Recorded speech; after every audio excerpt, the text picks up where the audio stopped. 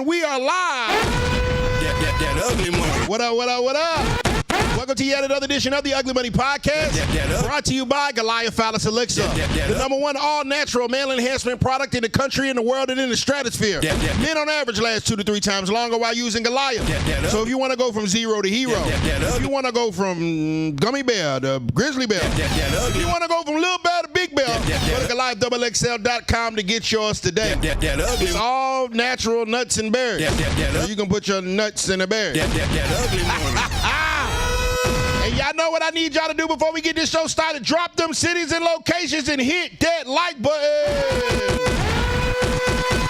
We are live, Saturday night edition. We got some things to discuss, some things to talk about. Drop them cities and locations. I will not hit your Cash App. I will not hit your Navy Federal, PNC, or Zelle. It costs you nothing to like the video and comment your city. Shouts out to Neil Georgia on the check-in. Eastside Zone 6 Atlanta is on the check-in. Chi-Town, what it do? One time Detroit, what up, dude? We are live. Remember, all super chats will be read and discussed in full. So if you got something to say it with your chest. Say it with a super chat, because it also helps us keep the lights on. You dig what I'm saying? So hit that super chat button and drop them cities. Augusta, Georgia, 706 is on the check-in. What up? Los Angeles, LA, what up? I'm gonna be out there soon. Tell Adam to hold my seat on no jump. I'm coming soon. Dallas, Texas, what up? Keep hitting that like button, drop them cities and locations. Let me know where you at right now. St. Louis, what's happening? Is it me or St. Louis done got extremely ratchet over the past couple of years since Sexy Red came out? I'm just saying. I didn't know St. Louis was that ratchet. I had no idea that y'all was that ratchet in St. Louis. Until a girl named Sexy Red came out and just, started putting the cat all over the internet. Raleigh, North Carolina, that's what stand from. Boys from Carolina can't shoot. Every basketball player from Carolina cannot shoot outside the free throw line. I just like to put that out there. There was some Virginia brothers that could actually shoot. Shouts out to Albert. Alrighty, Baltimore, be more. You already knew what we finna do. Ratchet City, Louisiana. I don't know which city in Louisiana Ratchet City is, but I'm pretty sure it's most of it. Shouts out. Hey man, we have a very, very, very, very, very, very special guest. I've been a fan of this brother since he just came on my timeline about a year ago. And I was captivated at how calmly he checked shit. I was awestruck at how eloquently he was able to get triggered. But he was untriggered while getting triggered. Ladies and gentlemen, this man is a doctor, dentist, philanthropist, now a public speaker. Y'all show your love one time for Dr. ELOM. What's up, my brother? Turn that mic on so they can hear you. I want to make sure. There they go. There we go. We in there. What's up, my brother?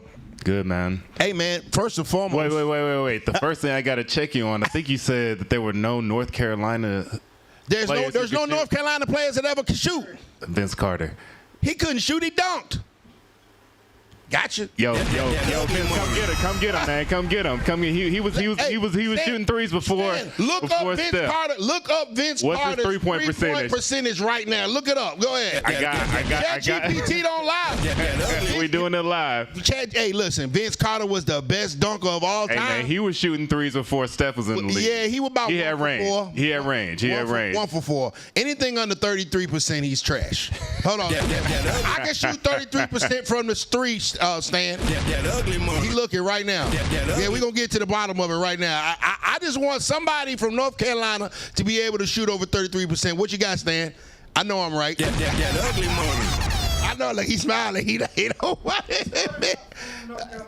I just said, what's the 3-point? Stephen Curry is, though. Stephen Curry is not from North Carolina, bro. Y'all is not getting him, bro. 20% 3-point shooter freshman year. 36. Why is you talking about college, bro? We talking about NBA, bro. See, anyway, Dr. ELOM is here. We here, man. We here. It's always some Carolina dudes. I always want to go, you know what I mean? Where's Dr. ELOM from? Actually, I'm from Dallas, and I went to Morehouse. That's why I'm here in Atlanta right now. So It's homecoming weekend. shout out to Morehouse homecoming weekend. It's a wave right now. Actually, it's a lot of people. You know, one thing I love about HBCUs is homecoming because the amount of women that are there.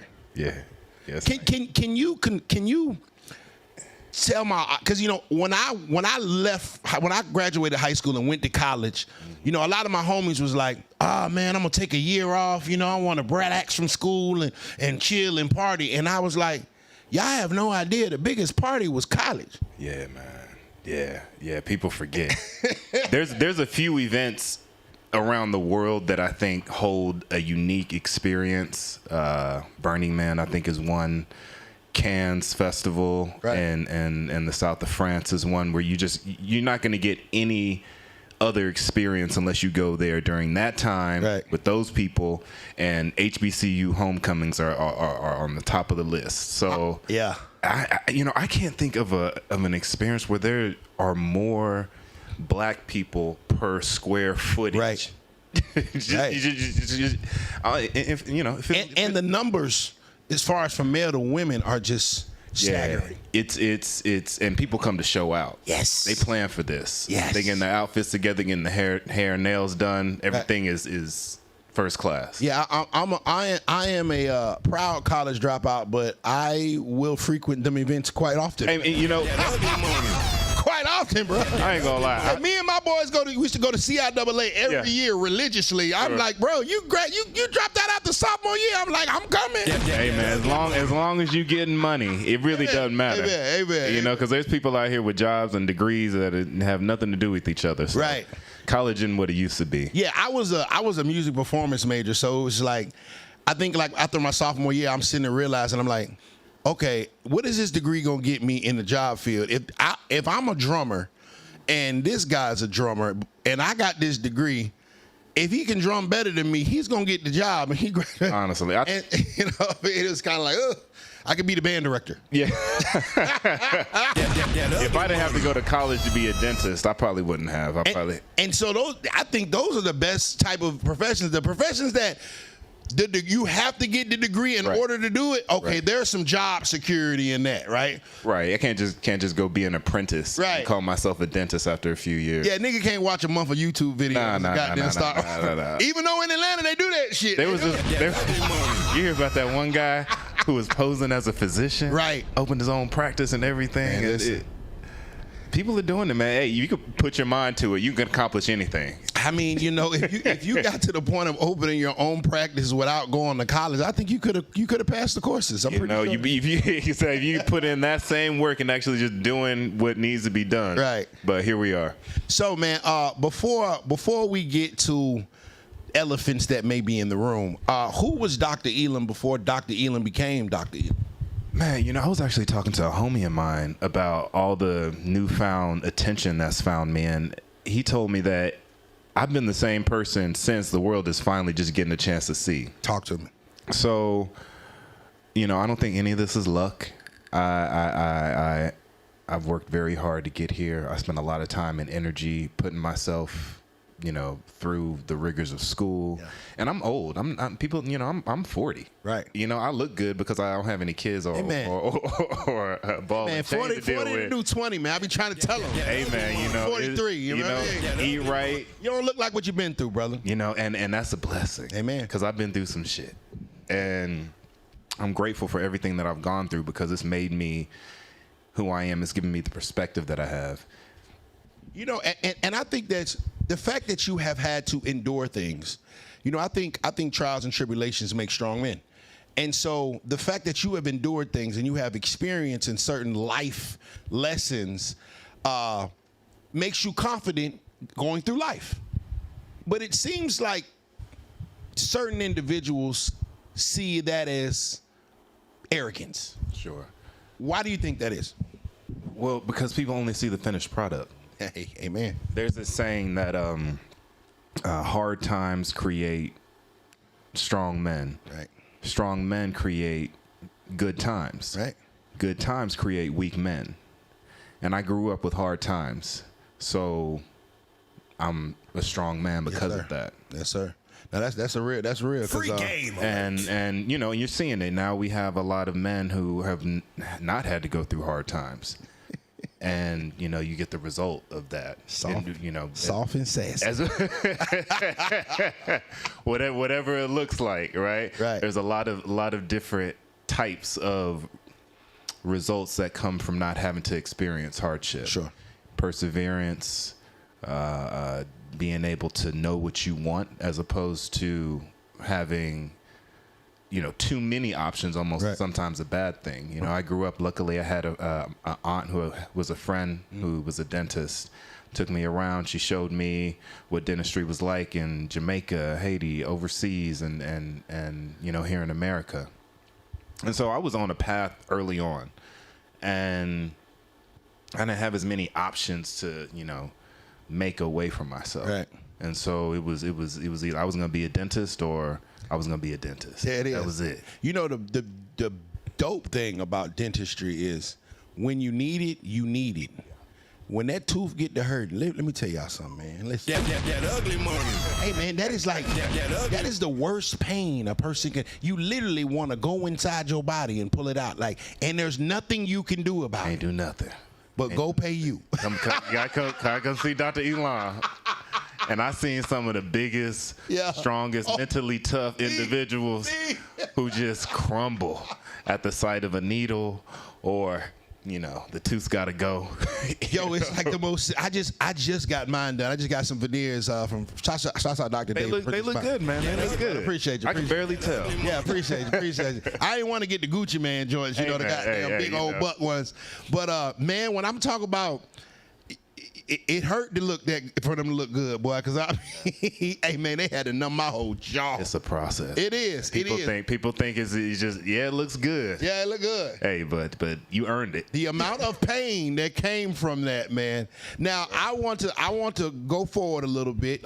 You are Dr. Elam at this particular point in time, and you're in Arizona, I would imagine. Now I'm in Arizona. Yeah. Now I was in LA, so I'm a traveling dentist. Yes, sir. After COVID, I split ways with my business partners, and I started developing relationships with different private practices. And so I'll go in, I'll do all their extractions, their implants, and sometimes I'll even, like, you know, if the doc wants to take a vacation for a week, I'll go cover their practice. That's hard. So for me, it's about doing what I want. My mentality is freedom. I like it. Autonomy.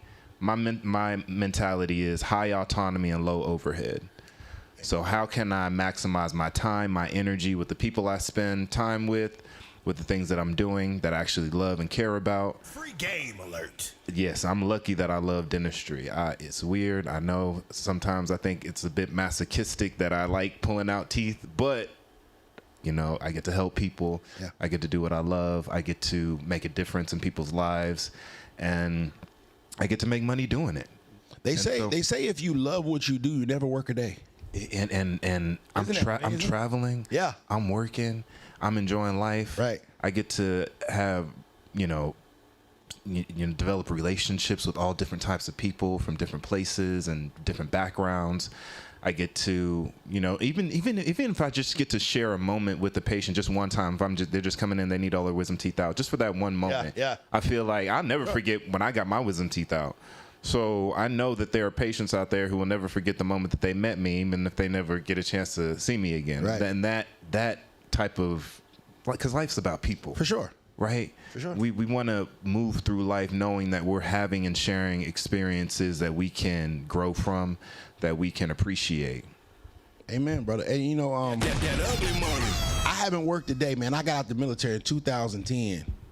I ain't worked a day since. I have not worked in 15 years. When I signed out the military, February 10th, 2010, I've been talking shit for 15 years, man. That ugly money. And to be able to take care of my kids and my family and provide for myself the way I provide for myself, doing something I love, like, that's what I think success is. Anytime that we can take care of ourselves doing some shit that we love to do, That's success. Yeah, man. You know what I mean? So, hey, man, kudos to you, dog. That's what it's about. Now, listen, we got to talk about this show. The first time, I'm gonna tell, I'm gonna set the screen.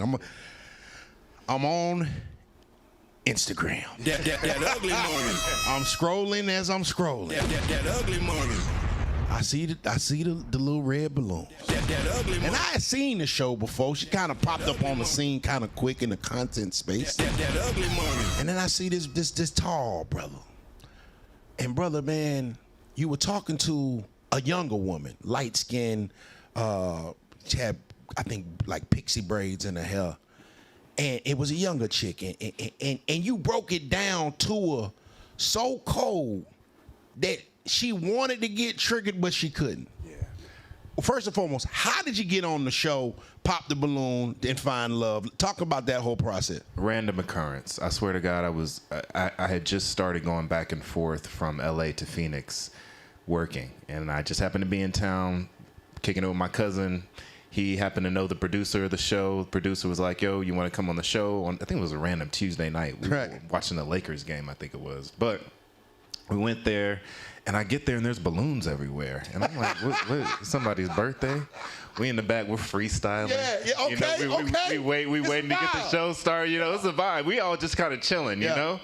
And then, all right, they come out, they tell us, all right, they're going to, because I think this is only like the second episode. Right. Do they have the girls and the guys separated, or are they all We're together? separated. Okay. We're separate. They have the guys, we're all, doing the little photo shoot where they, introduce us, and we're coming in, and they have the girls in the back. And then we're all standing there, and then they bring out the girls, and they're like, all right, we're going to bring out a girl. If you like them, don't pop your balloon. If you don't like them, pop the balloon. I'm like, all right, cool. This is gonna be easy. It's great. It's great. Bring them out. Let's see what we got. Yeah. I'm down with the shits. I like to fuck around and find out. And so they start bringing out the girls, and to my dismay, anytime a dude would pop his balloon, the host would ask, "Why'd you pop your balloon?" Messy as shit. And I for me, it's an opportunity to be honest. Right. A lot of the guys were like, "Oh, she's not my type. She reminds me of my auntie. She reminds me of my cousin. I don't like what she's wearing." I'm like, "Come on, nigga. Like, let's keep it fucking real. What you mean you don't like her because you don't Bitch, like you fat. That ugly morning. Bitch, you ugly. That ugly morning. You got slapped with the ugly stick 50-11 times. That ugly Go ahead, bro. morning. And and I will say there is an opportunity for everyone to be more attractive. Amen. Not everyone is attractive, but everyone can be more attractive. So it's my job as someone who is relatively attractive. I worked on myself. Right. I understand myself. It's my job to set the bar where it needs to be so people stop lying to each other and stop wasting each other's time. Yes, sir. Yes, sir. Okay? If I can't do it, then who's going to do it? Right? So I took the opportunity to be honest. And a lot of people don't like that because in our culture, in our dating culture, we love to put women on a pedestal. We love to try and do and say and lie and do whatever it takes to get people to like us. Right. And I've gotten to a point like, I ain't got shit to prove to anyone anymore. I don't care if you like me or not. I hopefully you can be honest with me because you may not like me either. There it is. And that's okay. Not everybody's going to like everybody. And I don't think most people are okay with that. I think most people have this herd mentality where they feel safe when they know that people are on their team. Right. Whatever. The only people who are on my team, people I grew up with, my family, and the people who I know are going to be down for me, which is not a lot of people. Right. If I live my life on the whims and ideologies of the people on the internet, I would go crazy. You're right about that. So this whole process has taught me to release attachment to what people think. And I was just able to do that in real time on the show. No, that's hard. That's hard. You were very honest, brother. And I think the thing about it, the thing that I think that triggered most women about your part of it wasn't the fact that you were honest with the women and told them what you genuinely thought. The fact that you were confident in yourself. That shit pissed them hoes off. I mean, hey, when you got to talking to the girl and the girl said, and you told her, you said, I know I'm beautiful. That ugly. Hey, that's some cold shit to sell a bitch. That ugly money. Because when you get to a point where you realize what you are, then you don't really need the validation from anyone. Man. So there's really nothing that you can tell me to make me feel better about myself, which is why you're telling me that to make me like you more. So don't try and get me to stroke my ego or stroke my ego to make me feel good about myself. To try and make me feel like just tell me who you are. I'm a curious human. I want to get to know you, get to know what you're about. And that's it. Why do you think women find men's confidence offensive? Well, because it tears down the veil of the manipulation that women use to control men's hearts. Free game alert. And rightfully so. Women are powerful. The pussy is very powerful. Very powerful. And we as men have to fight within ourselves to maintain a sense of agency when that power comes upon us, right? Got a bad bitch, she got some nice titties, nice ass, right? You start wanting to spend money or do some things that you wouldn't normally do, even for yourself. There are men out there who are sacrificing their own self-care and their own growth to try and please another woman. I've been there. And we've all been there. And it breaks my heart because I made it out relatively unscathed. And there are people that I know, friends, family, who have not, and have fallen to the whims of their own desire, their own lust, and their own inability to understand themselves. And women take advantage of that naturally. If you give a woman everything, she wants more, naturally. And there's nothing wrong with saying that. That just speaks to the power that we're working with, the energies that we're working with. Speaking of women that want everything, Ayesha Curry has recently been in the news. I mean, it's almost laughable. What is your thoughts about her recent podcast media run, basically saying her husband isn't good enough? You know, I've been in the comments in my Instagram recently. I've been active. I've been outside in the internet. And there was this one post somebody put up, like, almost like, yeah, I would definitely, smash Ayesha Curry. Right. And I was like, well, hopefully that's all the validation that she needs. Because that's really all it is. Women are like a school of fish. And in a school of fish, if one veers away from the school, that fish is threatened. Come on. Right? So women want what other women want, basically is what I'm saying. What do other women have? It's everything. Mm-hmm. They got the 1 million followers. They got the $1 million. They're the CEOs. They, got the families. They have all the Botox. They can do whatever they want with their bodies. So other women seeing other women getting everything makes them also want everything. The problem with that is you can't have everything at the same time. Come on. And unfortunately, there's a biological clock that works. So women early on have to choose, do I want to do my career or do I want to do a family? Yeah. Now, when women are trying to decide what to do, it's like, okay, how can I maximize everything that I can to get everything that I want? So they'll use their beauty, they'll use their manipulation, they'll use their pussy, some women will even use their money. For sure. And so as men, we have to ask ourselves, okay, does this woman actually like me? And men don't want to face that question because more often than not, the answer is, yeah, she likes you, but she may like somebody else more. She may not be whatever. Because women want different things from different people at different times for different reasons. And as men, we pour ourselves into women with our seed, giving them the opportunity to raise our children forevermore. You got to decide that. Yeah. And sometimes you make the right choice, sometimes you don't. Now with Steph and Ayesha, I like to keep my names out their mouth because I don't know their relationship. Right. But what I do know is that when Ayesha Curry looks at other women and she sees what other women are getting, even though she has a lot, there is still a void there. And there's a void that Steph may or may not be able to fill independent of him. This isn't even about Steph. Right. It could be anybody. And Ayesha would be reacting the same way. People are like, oh, Steph can't, satisfy her. Or he's not. He's giving her everything and she wants more. Well, yeah, naturally. She just actually has the balls or the ignorance to say it out loud.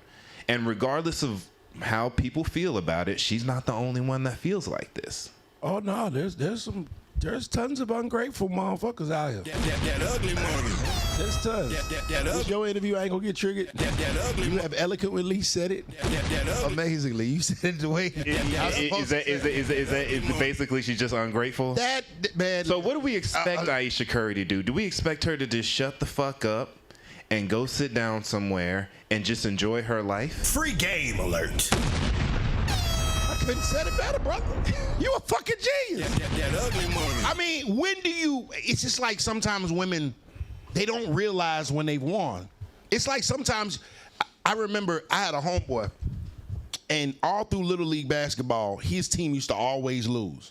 And he got into like a loser mindset. We get to high school, all the Little League teams, we take the best. We start busting niggas' asses or whatever. We winning, and he still has this loser mentality, like he's mad after the game. Oh, missed the shot.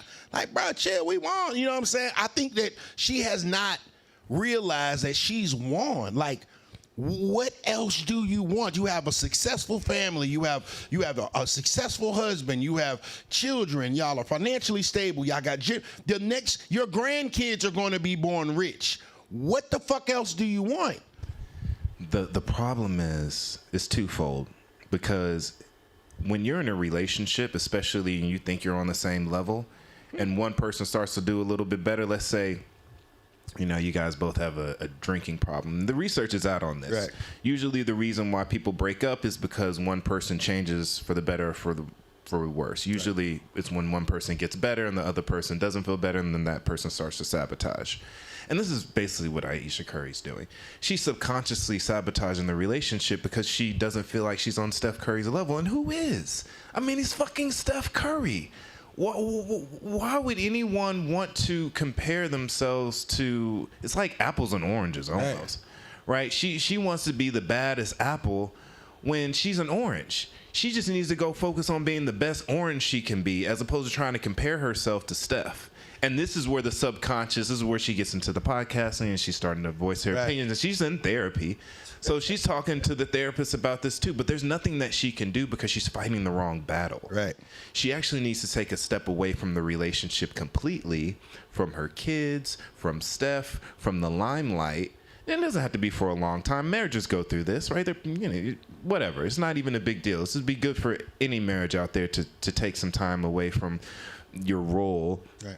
Try and figure out who you are, what you want to do in life, and then just go do it. And I would, do it on a small scale. Right. Do it for you. Do it because you want to do it. And don't do it for content. But this is the problem with the school fish. That's the mentality, is that women want what other women want. So if she wants the type of validation on the same level that Steph is getting, and that, man, it's like people expecting Bronny to be as good as LeBron. Even if Bronny had a career as good as Kobe motherfucking Bryant, right, it still wouldn't be LeBron. We'd still be like, well, sorry, we got 5 rings, little nigga. Yeah, but. So we really, as a culture, need to take a step back, and we're comparing, we're judging. I understand Ayesha Curry. Of course, she wants more attention. Right. Of course, of course, she wants to step into her own role outside of being a mother and a good wife. That's just boring. You really have to sacrifice yourself for the role. That's one of the reasons why I'm not married and don't have kids, because I'm like, I don't even know if I can make somebody better than me. We gonna get into that. Now, how much time we got? Now they brought you back on the show, and then this, I think it was the second or third time, you were actually the person that was, the women had the line of balloons. Yeah, they got me. Yeah. They tried to get some get back, but It was said that they edited a lot of your wants of a woman. Can you expound on that? Please? Sure. Well, it's a TV show. They have an agenda. Even when I was on Queen's Court, it's TV. Right. People forget that the goal is to emotionally connect with the audience. So they got to have a storyline. Okay. There needs to be a North Star. Okay. And I was veering a little bit too far to the east for. They're like, no, Dot, you can't say that. This is a family show. Right. But I was basically saying, like, what I want in a woman, I don't think can be provided by just one woman. Free game alert. And no, you can say that shit on this show. We fuck with that shit. You can say that shit over here. Because let's be real. The reason why the divorce rate is so high isn't because of the people involved. It's because of the institution itself. Come on. We are asking individuals to be a spouse, to be a lover, to be a best friend, to be a parent, to be a financial advisor, to be a confidant. We're asking people to do way too much in relationships. We're just setting ourselves up for failure every time.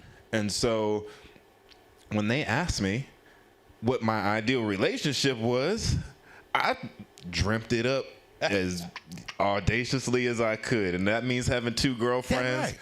Then that's what that means. My type, you my type nigga, dog. And so That ugly money. I'm not greedy. I just understand what I need. And I've been in monogamous relationships. I've been faithful, and I've cheated. And all of it is not, it's just stressful. Yeah. And like I said, I'm all about high autonomy and low overhead. I like it, man. Do you, we talk about monogamy, polygamy a lot on this platform. For a higher earning, higher value man, as people call it, do you believe that monogamy is feasible for a man that is a high earner? I do think it's feasible. I just don't think it's smart. Okay. Because unless you are building an empire with your partner, there's always going to be an imbalance of power. And as a man, you need to maintain that power. And we're coming into a world where women are exceedingly For sure. just as powerful, if not more powerful than most men. So what does that mean? That means you need to figure out what you like to do, what you're good at, what can help the world, and how you can make money from it. Otherwise, you're going to be trying to please someone else. And if you're not making your own dream, you're going to be a part of someone else's dream. And I've actually made a career of being a part of other people's dreams. Wow. My goal every time I walk into a practice is, how can I be useful? How can I be valuable? And so I'll go in, I'll figure out what they need, and then we'll make an agreement, and then that'll be that. But for me, I understand this is what I want. This is what I need. Right. I met other dentists. They want to own their own practice. They want to have their own thing. They want to do. That's fine. I don't hold that emotional attachment to that. I want to pull teeth. Right. That's where my passion is. Before we get out of here, I have to say a name, and I want you to just tell me the first thing that comes to your mind when I say this name. Love it. Aaron the plumber. Chaos. But I love it though. I love his chaotic energy because he's committed to it. Hey. He is that, and he's unabashed, he's unafraid, and he takes all the consequences that come with the persona that he is embodying. And you got to respect it at the end of the day. But it is chaotic. He took that show and made a whole career out of it. Welcome to 2025, bro. Crazy? Anything is possible. I'm so fucking proud of him. You're not I don't want to have anything to do with him. So there's not gonna be a 20v1 with DR.ELOM and Aaron. Nah, man, he got his own lane. I respect it. I'm literally, I got patience on Monday. Like, I literally got my own thing going. And the beautiful thing about the internet for me is I don't really need it to make money. I'm here. I love talking about human behavior and relationships. I think it is important for men to be inspired and have a place where they can go to and say, okay, I may not have to dive all the way into the red pill space to find confidence, but I also don't have to subject myself to some of the perils that come with not knowing myself. Amen. What does that space look like? And so that's my agenda. That's really, anytime I have a conversation with somebody, I always like to ask them, are you living your desired reality? There it is. And what does that look like? Yeah, every time people try to put me in a red pill box, I'm like, nah, I just be telling the truth. At least from my vantage point, I don't consider myself red. I don't know what the fuck a red pill is. Hey, nigga, that shit didn't make sense. Right. I don't want to do it. Right. And this is my entire life. Yeah. Okay, I don't care what you believe. I don't care what you say. I don't care about your history or your past. Does it make sense? Right. Is it working? That's all right. All right, I got one more name. Maybe one more. I don't know. It's getting good. Arlette Amuli.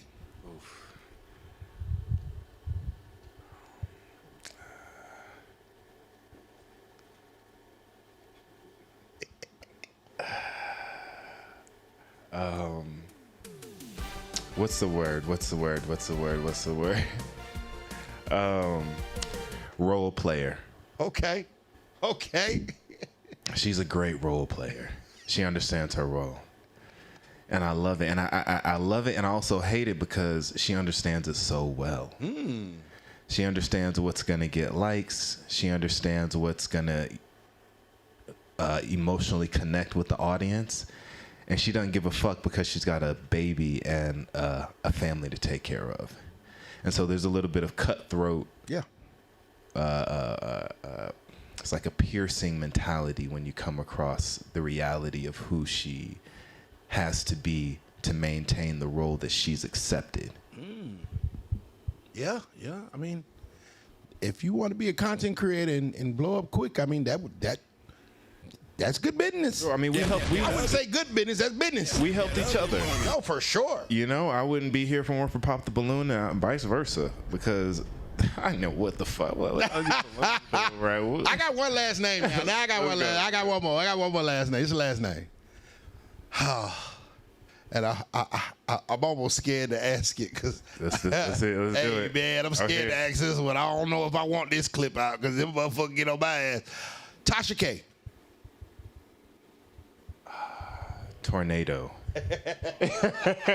She's a tornado. When I did the Tasha K interview, it was like I went into a tornado and then I got placed gently back outside of the tornado. That's hard.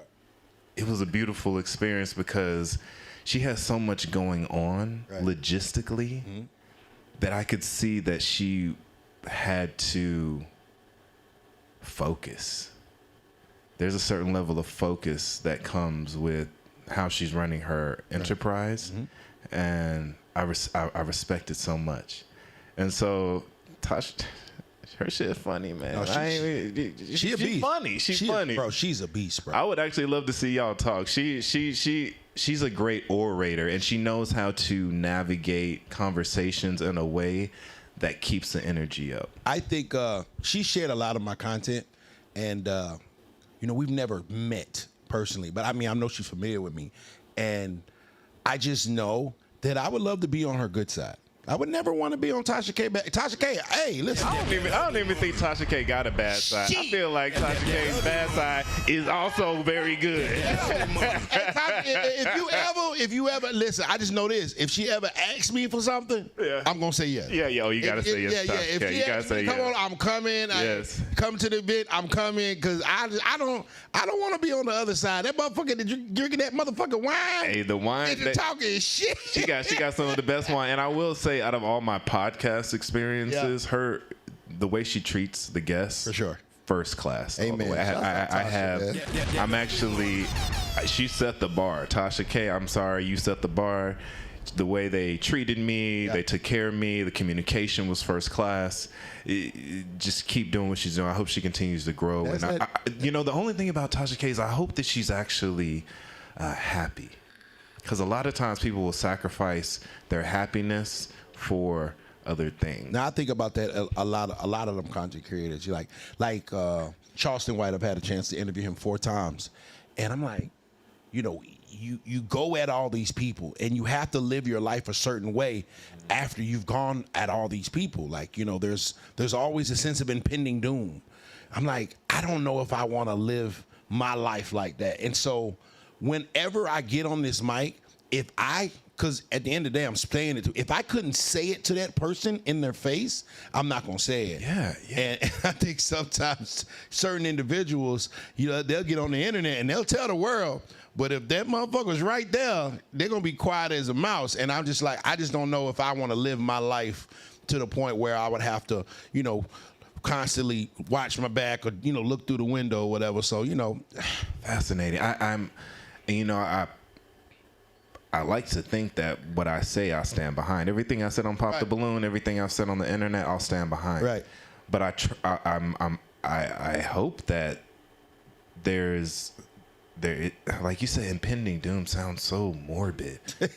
Like to not have the freedom to articulate your emotions and your thoughts honestly feels like a jail sentence. Like I think people like Charleston White or like DJ Academic, so I don't know if you're familiar with him, like, bro, he can't go to Walmart. Tekashi 6ix9ine can't just walk in Walmart. They're gonna fuck him up. Yeah.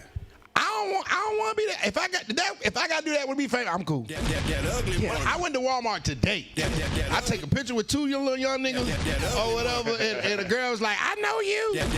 That's it. You know what I'm saying? But if I got to sit here and worry about a nigga waiting on me at the parking lot because I was in Walmart, hey man, you know what? I'm gonna change the direction of my content. Hey, before we get out of here, Doc, let these folks know where to follow you at, what you got coming up, what they can expect from Dr. Elam. Yeah, man. I'm at a point now. I took the last year. I'll tell you guys something I don't usually say, but the whole reason I was on Pop the Balloon and doing all these dating shows was just to get some more help. Yeah. Just to get more opportunities. And I know. Right? I know it came. I know it came. This is where we at, right? Like everything. I was talking to my mom earlier today, and she was like, life isn't all about chasing women and having fun. And I'm like, what is it about? And I was like, well, what do you think Dad's trying to make all this money for? Make you a millionaire so you can be happy. He's trying to make you. He's doing things for his woman. And she's like, well, yeah, but and I'm like, well, what else? What else is there? What else is there? If we're not here to experience pleasure and build relationships and enjoy the opportunities that our body can experience through each other, then what the fuck are we doing, right? And so, my point is, mission accomplished. Pussy is a powerful drug. I'm not selfish, but I'm good. You're not gonna see me on any more dating shows. Yeah. You're not gonna see me out here like my DMs are filled. Like, don't slide in my DMs no more. I'm good. But now the goal is to, I took some time. I acquired some more positions. I'm doing more dentistry. I want to offer platforms for people to, for example, you have a dentist, right? Yes, sir. Was it challenging for you to find a dentist that you finally decide, I like this dentist? Yeah, for sure. So the goal for me now is to provide a platform where people can come in based on your insurance, based on your treatment plan, based on your desires. Maybe you want a dentist that looks like you. Right. Maybe you want a dentist that takes your insurance. Maybe you want a dentist that specializes in X, Y, and Z. And instead of having to go through word of mouth, you can come to our platform, and you will take care of all of it for you. No matter what city you're in, no matter what county you're in, no matter where you are, we have established relationships with dental practices, and we've set a gold standard, and we'll be able to say, this dentist is for you. That's the goal. That's hard. So you can find me, just type in DR.ELOM anywhere. You'll be able to find the links. You'll be able to find everything. And, you know, worst comes to worst, if you still need to get in contact with me, just slide in my DMs. I'll try and respond. Shit, I don't respond to everybody, but you know. Shit, love. Hey, man. I appreciate you, brother. I appreciate your time. I appreciate it. And happy homecoming, brother. Yeah, man, we here. Y'all can follow me at Ugly Money Nietzsche. That's Ugly Money Niche. Remember, the bigger the dream, the bigger the risk, the bigger the payoff. This has been the Ugly Money Podcast with DR.ELOM. That ugly money. That ugly money.